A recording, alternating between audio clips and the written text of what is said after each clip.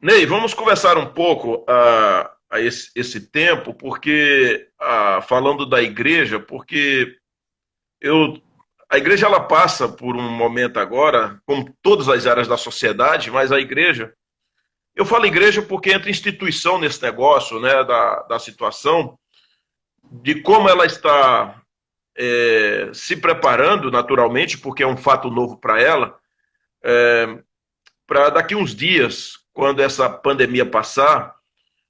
Alguns dizem que é um novo normal, né? Não existirá mais aquela normalidade. Haverá uma nova normalidade para todas as coisas, tipo ensino à distância, que deve ampliar, questão de atendimento, de gabinetes, de psicólogos, médicos, uma série de coisas deve tomar algumas mudanças, né?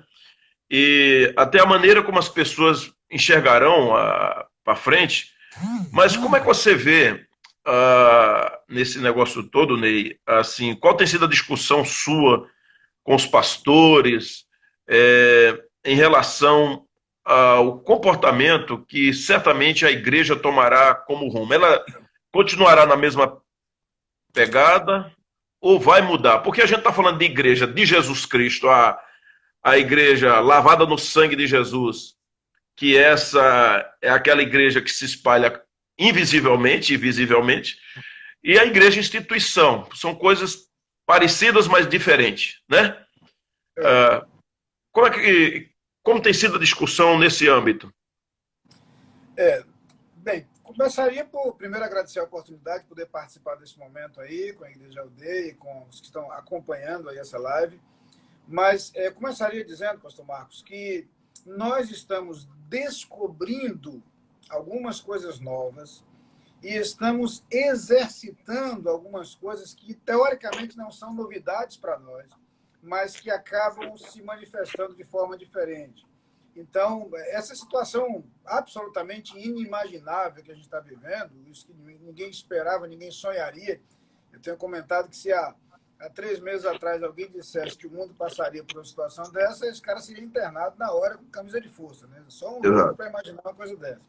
Então, é uma situação realmente inimaginável, uma situação absolutamente imprevista. E apesar disso, apesar da situação totalmente diferente que a gente está passando, nós acabamos descobrindo nessa circunstância algumas coisas que não chegam a ser novidade para nós, mas que nos ajudam a perceber verdades que já eram conhecidas, mas que não se manifestavam de forma prática. Uma delas é esse conceito de igreja como corpo, igreja como família. A gente diz isso na teoria. Não, igreja não é o prédio, igreja não é o patrimônio, igreja são as pessoas. Mas a gente nunca imaginou que fosse, de repente, virar igreja sem se encontrar no templo, Sim, sem se encontrar para celebração coletiva. E aí a gente acabou descobrindo que, de fato, é possível continuar sendo igreja. E ser igreja, nessas circunstâncias, nos ajudou a perceber melhor o conceito de igreja que conhecíamos no terreno teórico. Além disso, a posição da igreja muda diante de uma sociedade que passa a ser, em certo sentido, muito mais receptiva, porque é uma sociedade que se viu mais carente, se viu mais dependente. De alguma forma, talvez a grande lição de tudo isso é a lição da fragilidade do homem, não apenas do homem indivíduo, mas do homem humanidade. Hoje, quem se vê sem saber o que fazer não são os simples mortais, mas são as maiores autoridades do mundo. As maiores autoridades do mundo não sabem o que fazer, não sabem o que sim, prever, não têm segurança em relação ao futuro. Ou seja, a humanidade como um todo se viu frágil, se viu dependente, se viu limitada. E essa é a grande lição disso tudo. E é óbvio, nessa circunstância, a abertura para buscar a Deus se tornou mais natural. A necessidade de Deus se tornou mais natural. É claro que sempre haverá aqueles que tomam o caminho inverso, que ao invés de aprender a lição e ir na direção certa, tomam o caminho inverso. Mas as pessoas estão, sim, visivelmente mais necessitadas de Deus, e isso não apenas pelo problema da enfermidade física, mas, sobretudo, pelas dificuldades emocionais e, é claro, vem à tona os problemas espirituais. Então, a igreja ganha com o crescimento desse sentido de ser corpo. A igreja ganha porque tem diante de si uma sociedade extremamente carente de uma mensagem de esperança, de uma mensagem de conforto, que a igreja tem. E, além disso, a igreja ganha porque ela aprendeu, ou tem aprendido, a utilizar ferramentas e recursos com os quais ela não contava no passado para levar a mensagem. Então, hoje, de regra, todas as igrejas que se lançaram a utilizar recursos de mídia para transmitir sua mensagem multiplicaram seu alcance. Algumas estão surpresas, alguns pastores estão simplesmente impressionados com a quantidade de pessoas que agora são alcançadas por uma mensagem outrora restrita aos congregados da igreja, aos que estavam presentes no culto. Claro, há igrejas que há anos ou há décadas já transmitem seus cultos pelo rádio, e quando surgiu a internet, com o advento da internet, pela internet, há igrejas que há décadas já utilizam o recurso de rádio e televisão para a transmissão de seus cultos, sobretudo aqui na América.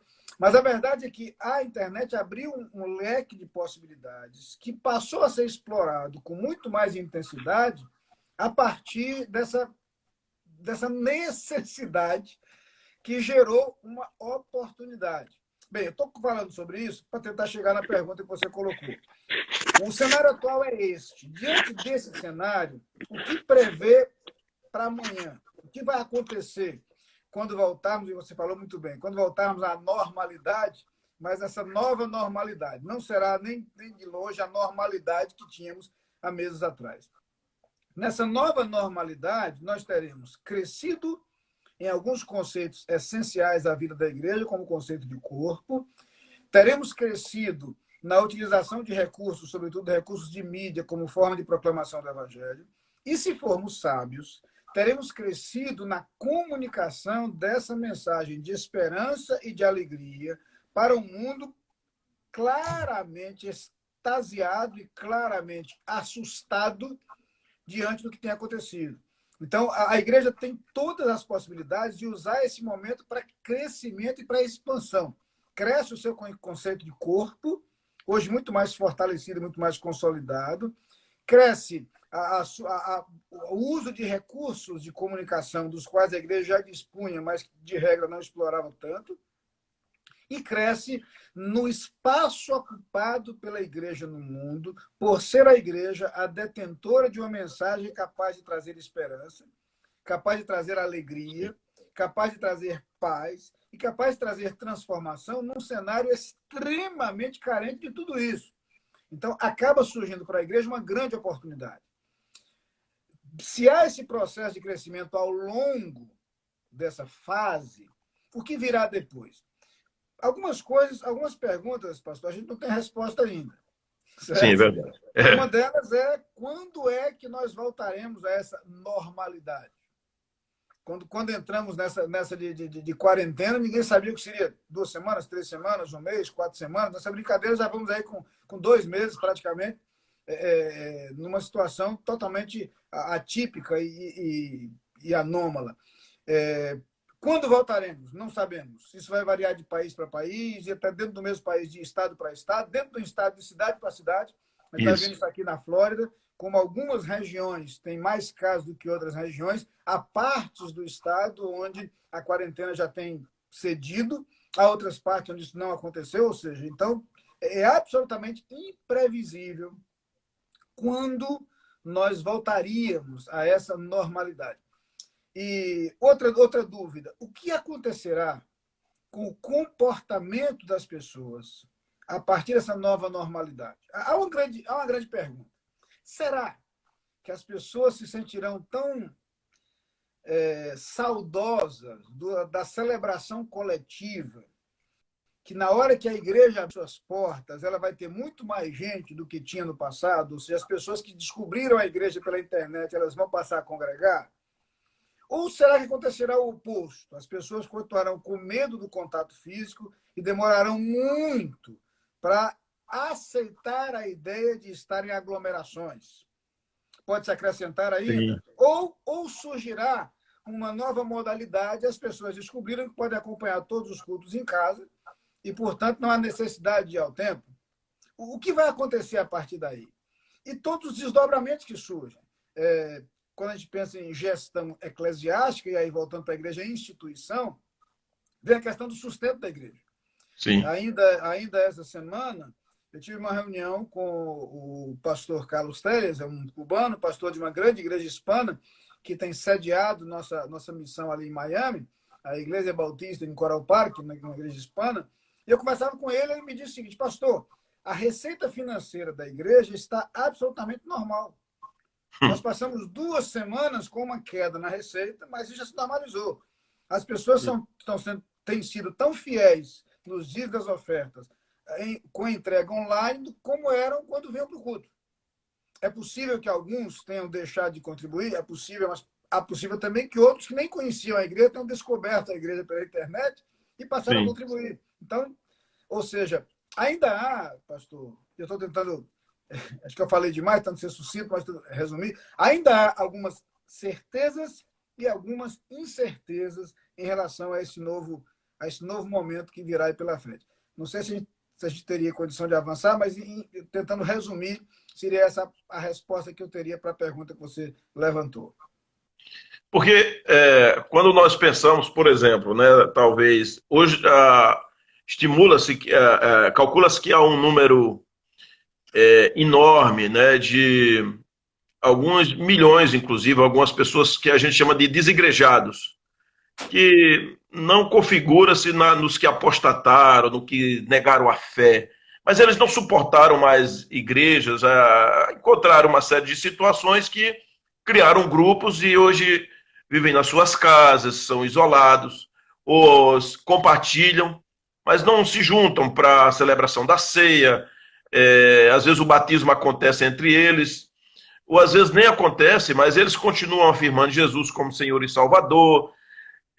Então, calcula-se que há realmente um número, chega a falar em 15 milhões de pessoas hoje no Brasil, nessa situação.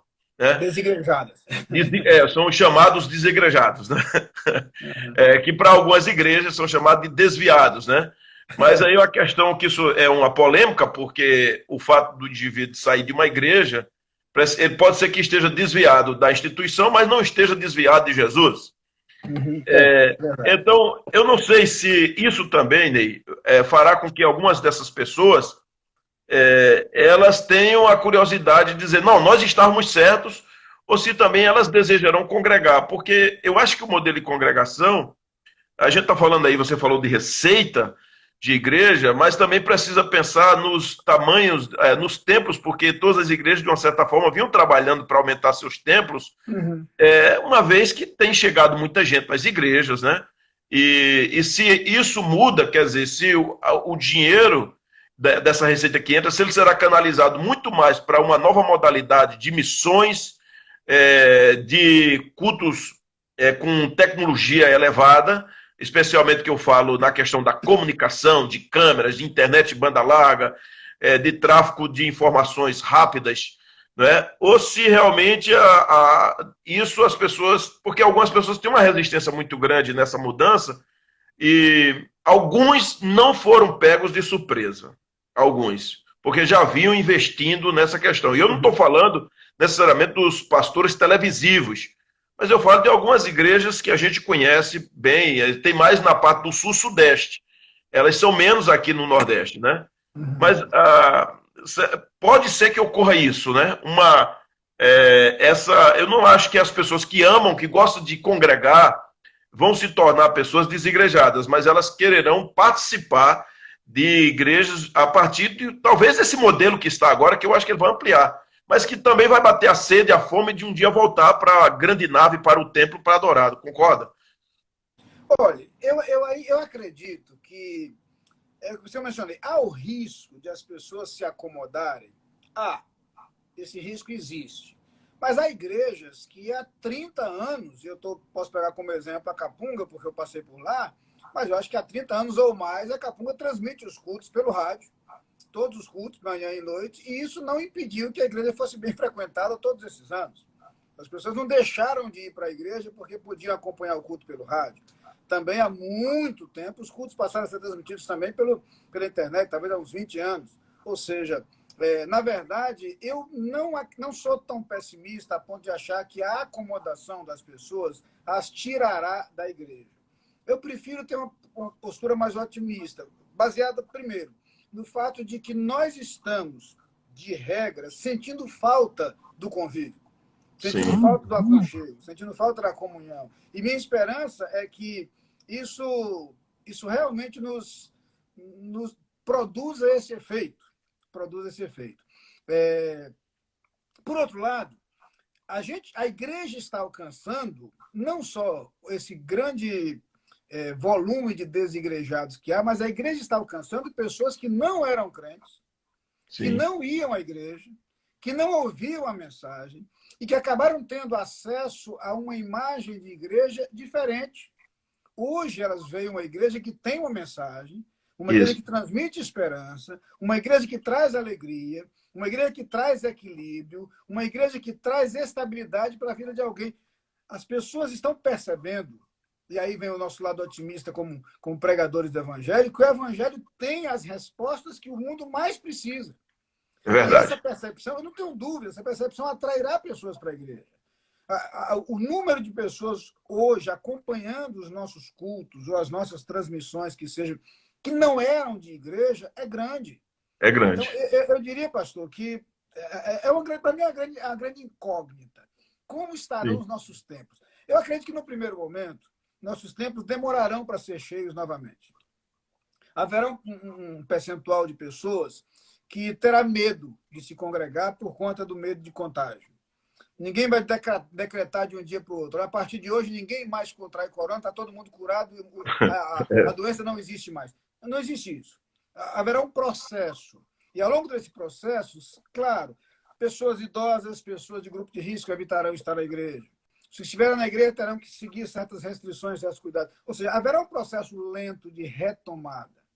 Mas eu prefiro acreditar que, uma vez consolidada essa retomada, nós teremos em nossas igrejas, os nossos membros de igreja, e alguns estão escrevendo aí exatamente isso, que estão sentindo falta, sim, de congregar, que estão sentindo falta de estar juntos.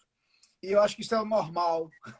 Igreja é isso, é alegrar-se com os que se alegram, chorar com os que choram, é estar juntos para celebrar, juntos para Isso. comemorar. Então, eu acredito que essas pessoas estarão felizes em estar de volta, em ter o abraço, o aconchego dos seus irmãos. Eu acredito nisso.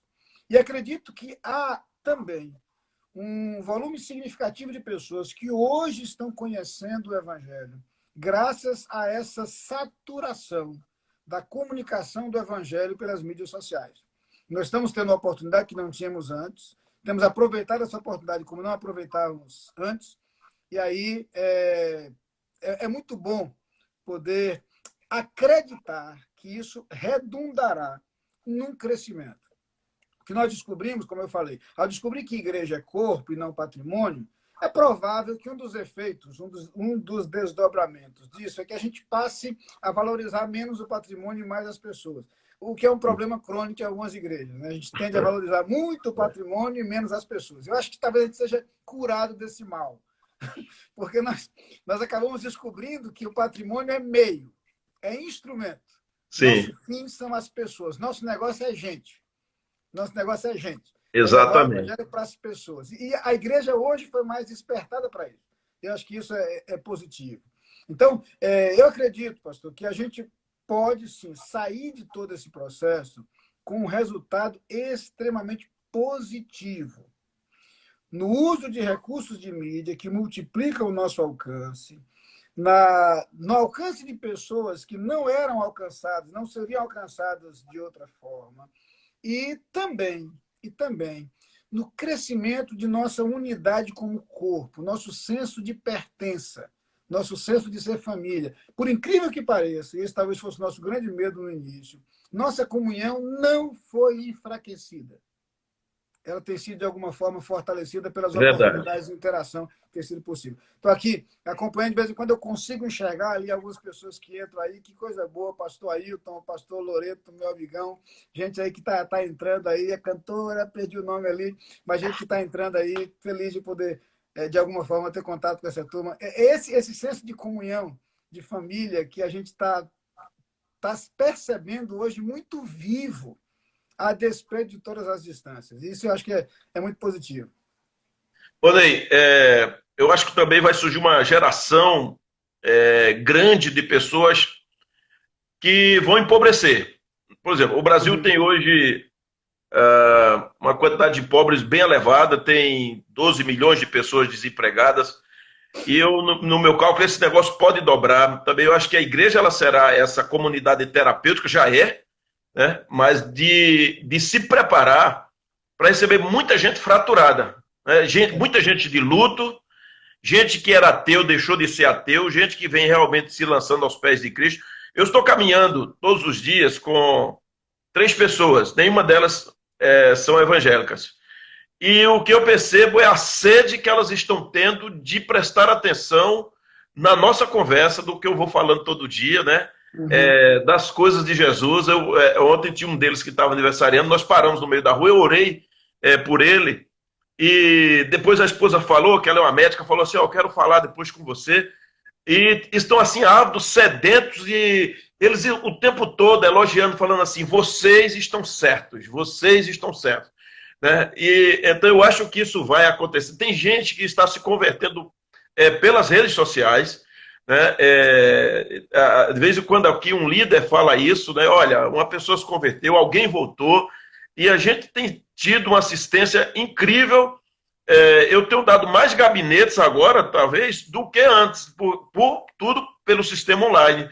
E pessoas ligam, o pastor fala aqui com a minha mãe, ore por ela e converse, e a gente vê o milagre de Deus acontecendo. Então, uma das coisas que a igreja tem que se preparar agora é para receber muita gente. No meu entendimento, para mim, eu queria que você falasse também ainda depois disso, porque eu acredito que aquela questão da palavra crescente que o Senhor fala, quando chegar ao fim, que ainda não é o fim, como diz lá em Mateus 24, né, e tudo isso é o princípio, mas ainda não é o fim, quando fala de pestes, de fome, mas você vê que houve um avanço nessa palavra. E essas pessoas, então, a gente cada vez se prepara mais para esse fim, e eu vejo que esse evangelho também está expandido de uma forma incrível, né? Eu estive num evento no Rio, acho que foi em outubro do ano passado, e vários líderes do mundo inteiro, eles estavam justamente tratando de como pregar o evangelho nas comunidades que ainda o evangelho não chegou. Aí, de repente, vem agora essa pandemia, que eu quero entender que o Senhor está permitindo toda essa situação para que as pessoas despertem, a igreja desperte muito mais para missões. Eu estou achando que missões vai dar um boom muito grande, que as pessoas valorizarão mais junta de missões nacionais, junta de missões mundiais. Os nossos missionários na região de Ribeirinhos, nós estivemos lá em janeiro, lá com a André e com o Carlos, e a gente viu uma coisa, poucos missionários para tantas regiões que não tem um missionário. Eu creio que isso vai despertar, porque muita coisa de valor monetário perdeu valor agora, né? E você, como missionário que tem dedicado seu tempo a isso, como é que você vê se está dentro dessa linha, essa expansão do evangelho nessas regiões, receber esse povo, e é muita gente, e por isso que também a gente daqui a pouco, depois que você falar isso aqui, a gente quer falar sobre liderança, porque é uma outra área, e eu queria que você fizesse uma enfatização nessa área da missão, né? Deixa eu tentar colocar em ordem algumas ideias. Primeiro, deixar mais uma vez o cumprimento aí com a turma que está entrando aí, alguns colegas de ministério, amigos pessoais, alunos, 6 alunos do seminário, tem até aluno meu do Americano Batista, ó, de longa data entrando aí, que coisa boa, quanta saudade. Mas voltando, pastor, você mencionou um detalhe interessante.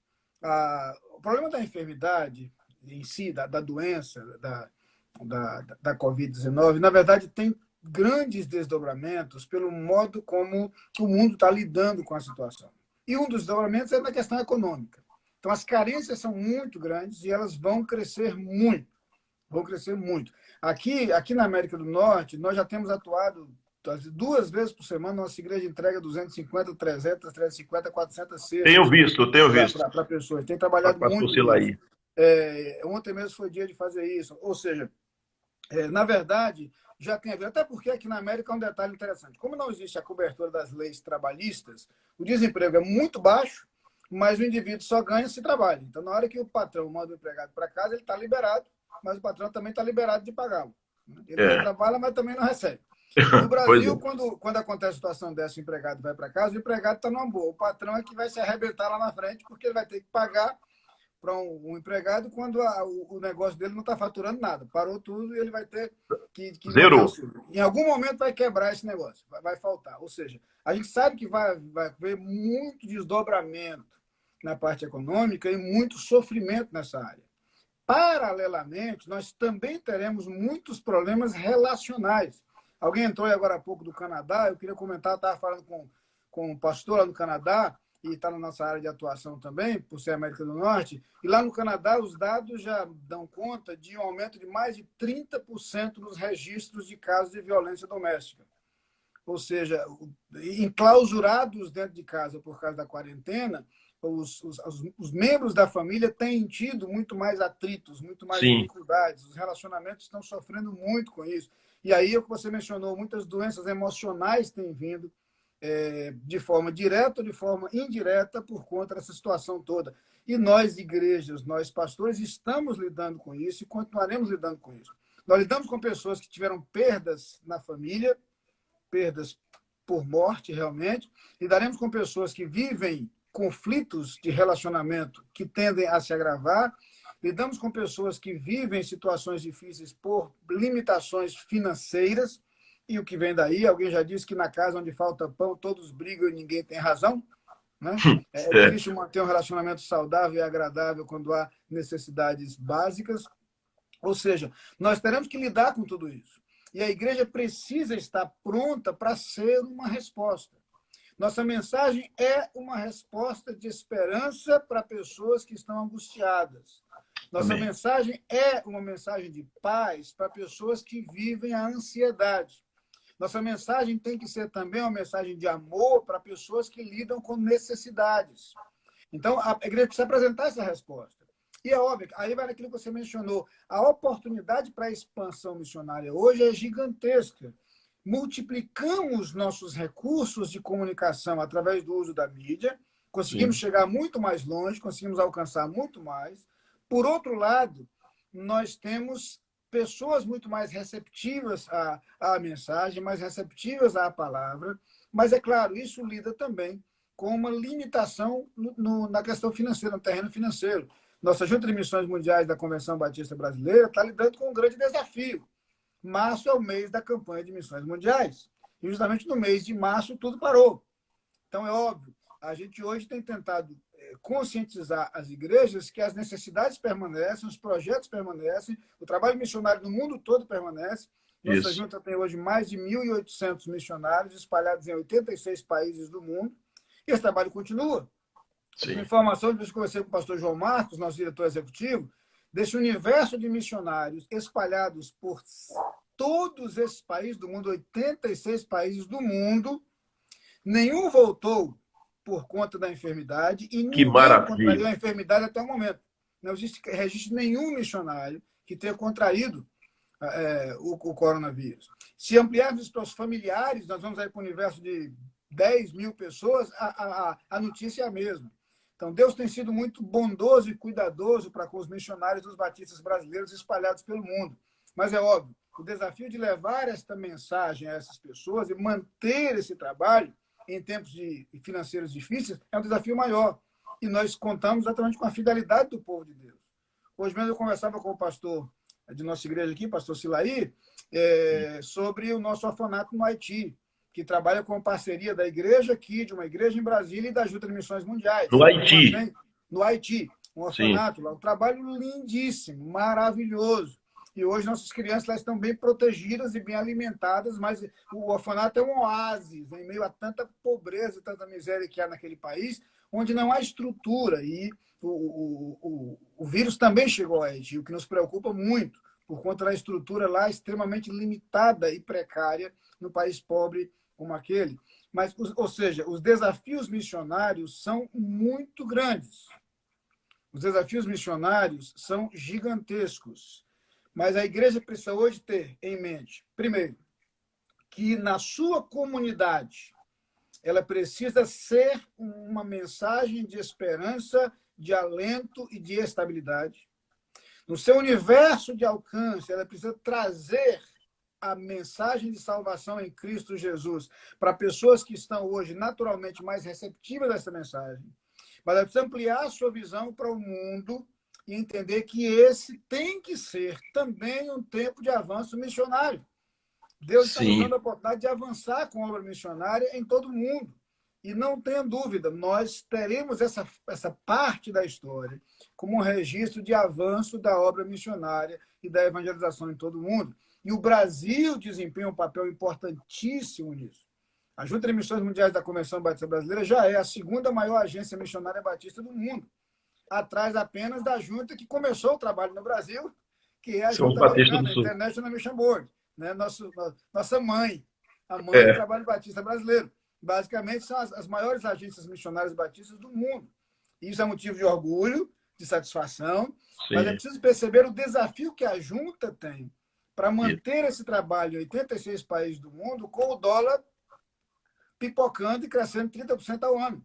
Então, na verdade, é um desafio, tem sido um desafio. Mas Deus tem nos concedido grandes vitórias, muitas alegrias, e esse trabalho tem crescido de forma significativa. Enfim, tentando resumir o que você colocou, é sim um desafio para a igreja esse momento, mas é uma oportunidade extraordinária de expansão na evangelização, na mensagem de conforto, consolo, estabilidade e paz para as pessoas e na obra missionária.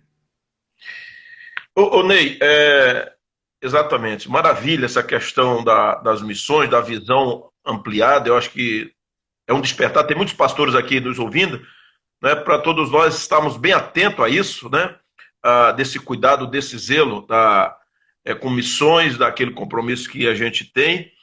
E eu queria assim, falar um pouco sobre, primeiro, porque a igreja, ao invés de ela ter entrado de férias, de repouso, nós estamos trabalhando muito mais. É impressionante. Né? Estamos trabalhando muito mais. É de manhã até de noite, tarde da noite. E eu acho que eu tenho incentivado, pelo menos, toda a liderança da igreja a fazer seus contatos, as lives, os pequenos grupos, o pessoal Kids, enfim. A gente tem tido um desafio enorme, claro, estamos esbarrando aonde? Ainda, às vezes, em alguns equipamentos, porque nem no mercado tem, só para você ter ideia. Nós fomos comprar alguns equipamentos agora, não tem para vender, porque estão todos esgotados. Mas nessa questão de que a igreja, ela é a igreja que fala de Cristo, fala do Cristo revelado, de Jesus Cristo, dessa mensagem restauradora, como você falou, ela tem a palavra, ela tem a verdade, porque todos os setores, por mais forte que apresentassem, eles foram abalados. A ciência, porque está feita essa loucura, vacina aqui, ali, a cura ali, ainda não conseguiram. A política mostrou, seja qual for o meio, né? Como disse, até eu brinco, porque o Senhor disse para Josué, olha, Josué, nem para a esquerda, nem para a direita. Né? Então, não tem encontrado a solução. A economia mostrou que também não é o sustentáculo. Então, restou aquilo que nós já sabíamos, a palavra de Deus. Então, não existe a questão mais alguém ficar titubeando na verdade. A verdade é essa, a palavra de Deus. O Senhor Jesus Cristo, ele realmente é a verdade, é o caminho, a vida. Mas agora, talvez, a gente precisa lembrar o seguinte, nós precisamos aprender a gerir o tempo, né? Nós precisamos lembrar que a igreja, ela é essa fonte restauradora, não ela em si, mas é a parte da recepção para poder falar do amor de Cristo e gerando líderes curados. É essa parte que eu quero chegar aqui com você. Eu fiz um preâmbulo só para falar isso. De líderes curados, né? Por exemplo, os seminários que preparam hoje, tanto EAD quanto presencial, que também é uma coisa que vai passando por inovações, né? Eu falo os seminários, inclusive da nossa denominação, mas assim, nós vamos pensar em forma. O líder, eu sei que ele não é formado dentro do seminário, eu aprendi isso.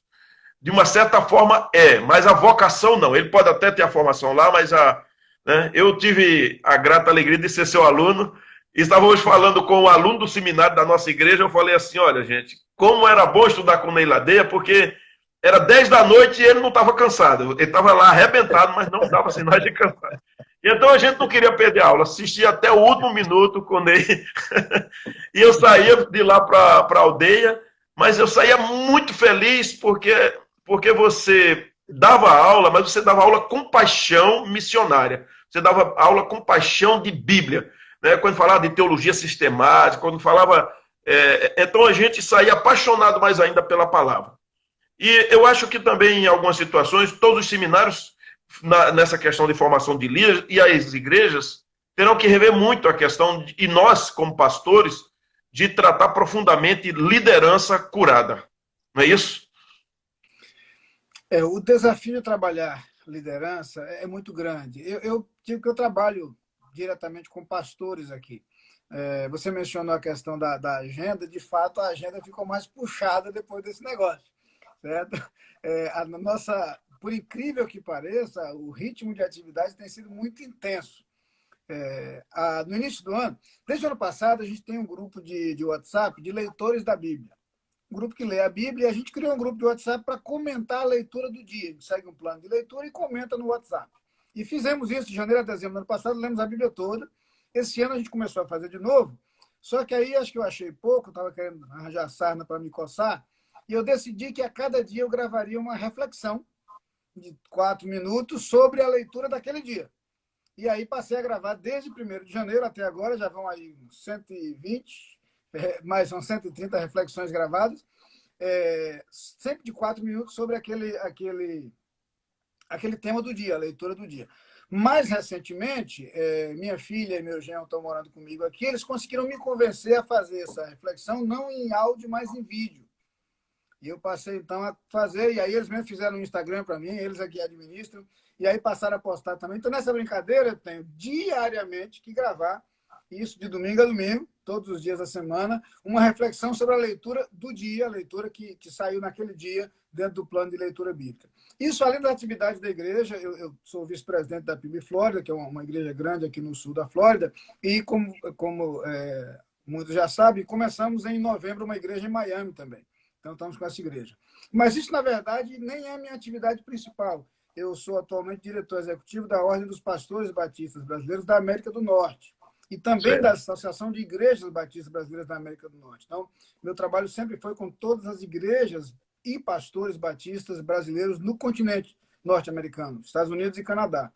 Então, embora agora eu esteja viajando muito menos por conta da circunstância, mas eu tenho a oportunidade de trabalhar diretamente com líderes e que enfrentam desafios peculiares, enfrentam desafios específicos e, no momento atual, lidam com... Eu tenho comentado isso. Primeiro, o pastor tem que cuidar de sua própria saúde e estabilidade pessoal. A recomendação de Paulo a Timóteo, tem cuidado de ti mesmo, primeiro. Isso. Então, ele precisa enfrentar toda essa circunstância com estabilidade, porque é ser humano e também é atingido pelas incertezas e pelas circunstâncias difíceis pelas quais todos estão passando. Mas, a partir daí, o líder tem que ter a estabilidade necessária para lidar com essa situação. Você lembrou um pouco a minha experiência de docência no seminário, eu tenho uma saudade tremenda, foram 34 anos dentro do seminário, 4 como aluno e 30 como professor. Então, minha paixão, tenho muita saudade. Hoje, meu refúgio, eu dou aula em Orlando, na Florida Christian University, mas não se compara com a experiência do seminário, de estar dando aula diariamente, ter aquele contato com os alunos todo dia. E não vou negar o que você dizia, o pessoal às vezes ficava meio chateado comigo, que eu dava 10 horas da noite, eu não queria parar a aula. mas é isso, eu costumo dizer, com bom humor, que era minha cachaça, era meu vício, era o seminário. Era muito bom. Eu sempre tive um prazer muito grande. Mas a paixão tem a ver com isso. Nós precisamos, Marcos, de líderes que sejam sólidos. Sejam sólidos. Daí porque a importância da Bíblia, da palavra de Deus. Ou a igreja se alimenta da palavra de Deus, ou ela não tem estabilidade para lidar com as dificuldades. De onde é que nós sacamos as respostas para os dilemas da vida? Da Bíblia. De onde é que a gente saca direção para nossas decisões diárias? Da Bíblia. De onde é que a gente tira paz nos momentos da adversidade? Da Bíblia. De onde é que a gente tira esperança quando os medos nos assaltam? Da Bíblia. Não existe outra fonte. E a palavra de Deus é essa fonte permanente de tudo isso. Então, no alto caminho, nós precisamos primeiro de líderes que tenham como base, como fundamento, a palavra de Deus. Você fez referência a Josué, perfeito. Josué 1, exatamente isso. E a gente gosta muito do versículo 9, né, que Deus faz a promessa, tal, mas tem que começar pelo versículo 8. Não se aparte da tua boca o livro desta lei, antes medita nele de dia e de noite, para que tenhas cuidado de fazer conforme tudo quanto nele está escrito, porque então farás prosperar o teu caminho e então prudentemente te conduzirás. Aí vem a promessa. Não te mandei eu, esforce-te, tem bom ânimo, não pasmes nem te espantes, porque o Senhor teu Deus é contigo por onde quer que andares. O ponto de partida é a palavra de Deus. Não é por acaso que o salmista diz que é lâmpada para os pés e luz para o caminho. Ela que nos guia, ela que nos orienta. Então, eu diria, ponto de partida para um líder, a palavra de Deus. Nenhum líder que não seja apaixonado pela palavra de Deus consegue produzir resultados no seu ministério. Começa por aí, paixão, contato com a palavra de Deus, vivência da palavra de Deus. A gente vai lendo, e imperceptivelmente a gente pavimenta uma base que vai servir de fundamento para todas as nossas decisões, as nossas atitudes. É assim que funciona. A partir daí, sim, habilidades de liderança e de gestão podem ser muito úteis. E hoje nós temos, felizmente, grandes formadores de líderes que nos ensinam muito. E, para mim, uma prova curiosa dessa conexão é que talvez um dos maiores gurus na área de liderança hoje do mundo, pelo menos o que eu mais admiro, chamado John Maxwell, Sim. antes de ser um escritor sobre liderança, um palestrante sobre liderança, era pastor. Foi pastor, né?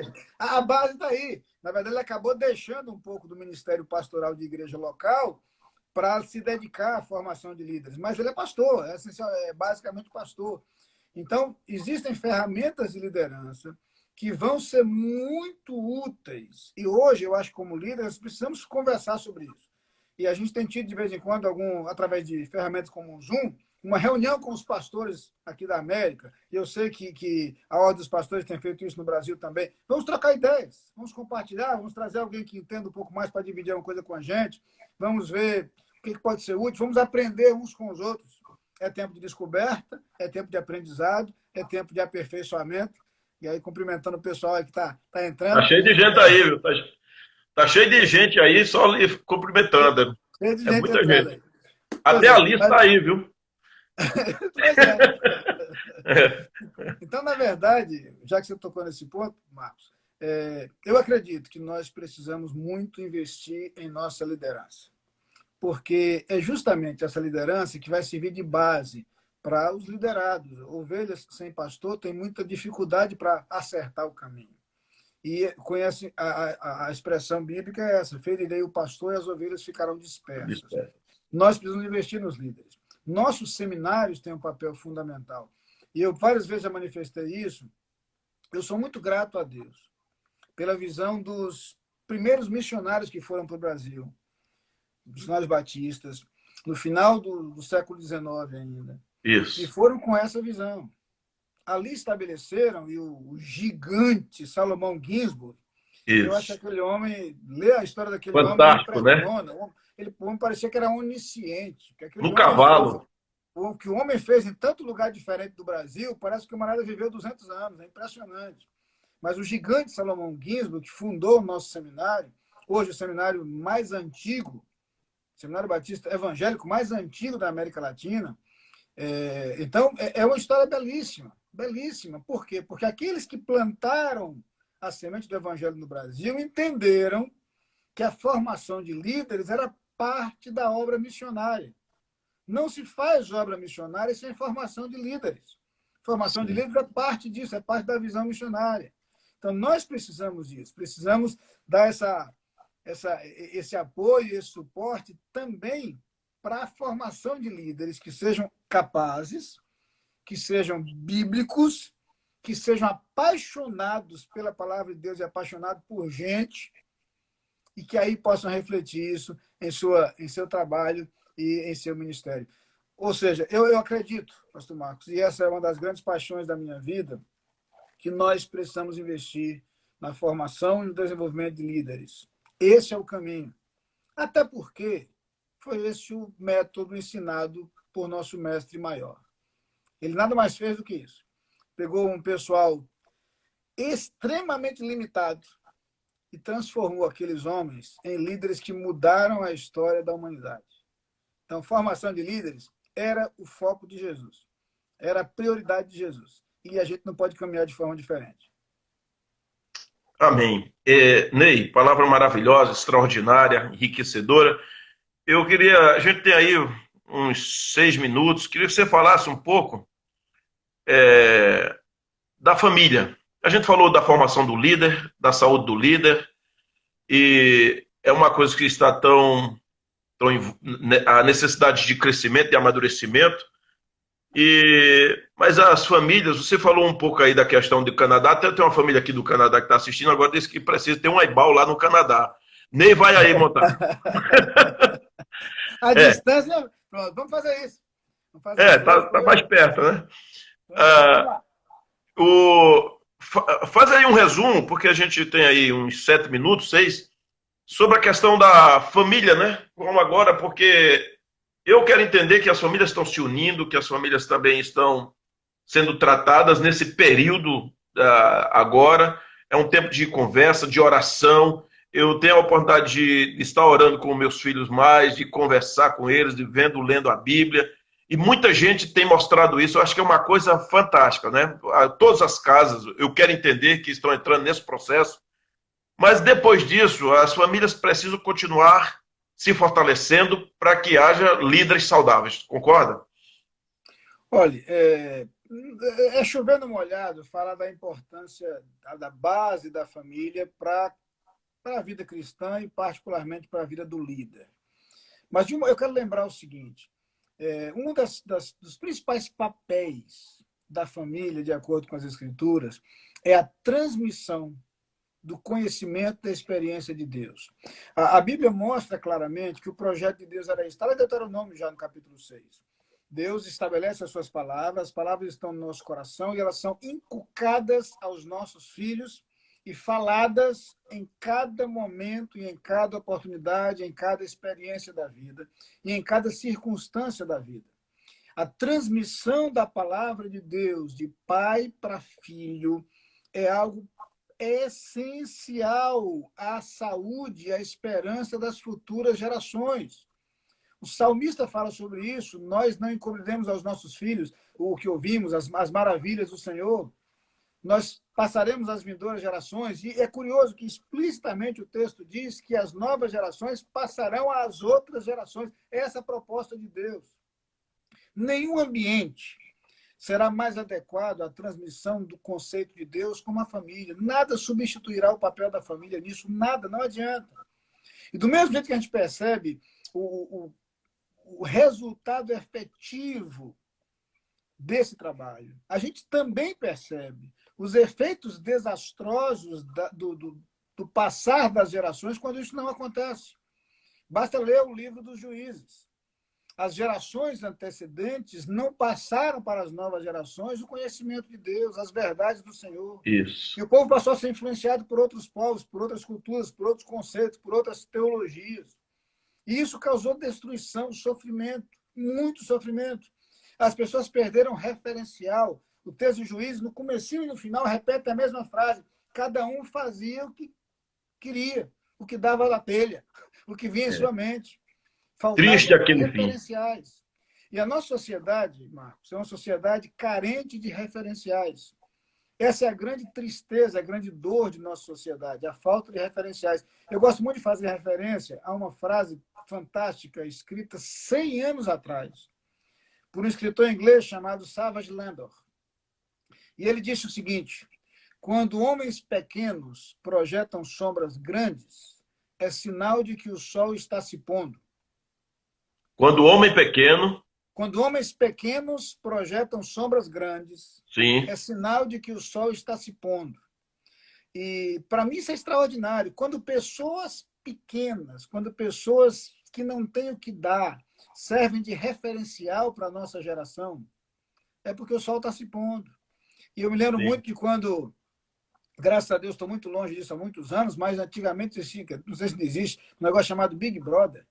E os participantes daquele zoológico humano chamado Big Brother eram chamados de heróis. É. Veja Se só, né? aquilo, se Que aquilo é herói, distorção do inferno, né? se aquilo é herói, é gente pequena projetando sombra grande. O sol está se Sim. pondo. O sol Então, na realmente. verdade, é isso que preocupa. Nossas novas gerações precisam de referenciais dignos. E ninguém deixa uma influência tão forte, tão presente, tão intensa na vida de alguém como os pais. Pai e mãe marcam a vida como ninguém mais será capaz de marcar. Então, nós precisamos estar conscientes do nosso papel como família. E eu completaria, então, dizendo que nunca as famílias tiveram a oportunidade que têm hoje para estar juntas. Nunca, nunca. Ninguém imaginaria isso. Era inimaginável, era impensável. Claro que isso, muitas vezes, tem gerado mais conflitos do que avanço.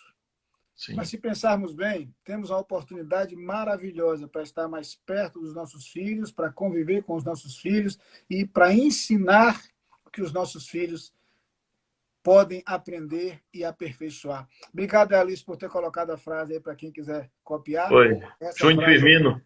Pastor Junto Firmino também, lá da Igreja Batista Lagoinha, lá mais do Rio Grande do Norte, também colocou aí. Tem. Maravilha. Pronto. O escritor é Savage, S-A-V-A-G-E, Landor, L-A-N-D-O-R.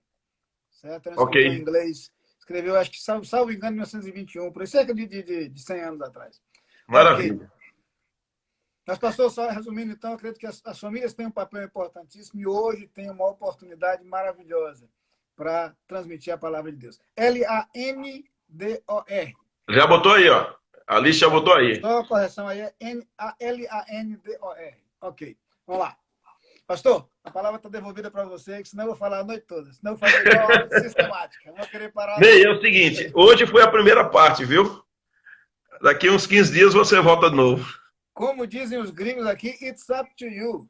A hora que você quiser. Eu sou muito obediente. Manda quem pode, obedece Eu quem tem jeito. vou...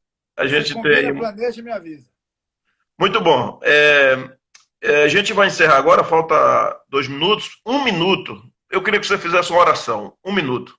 Porque Ok. em seguida a gente fecha para aproveitar isso aqui. Vai ficar salvo e depois a gente tenta transformar isso aqui colocar também no YouTube.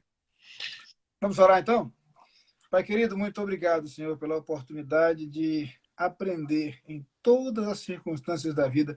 Como é bom saber que as situações são variáveis, mas teu amor não muda. Tu és o Amém. mesmo e a tua benignidade dura para sempre. As tuas Obrigado. misericórdias se renovam a cada manhã. Obrigado, Pai, por poder contar contigo, Obrigado. ir ao teu trono certos de que nos ouves. Abençoa cada pessoa que nos assiste nesse instante e cada família. Dá-nos a percepção da tua presença e a certeza do teu amor dia após dia, enchendo o nosso coração de paz. No nome de Jesus. Amém. Amém.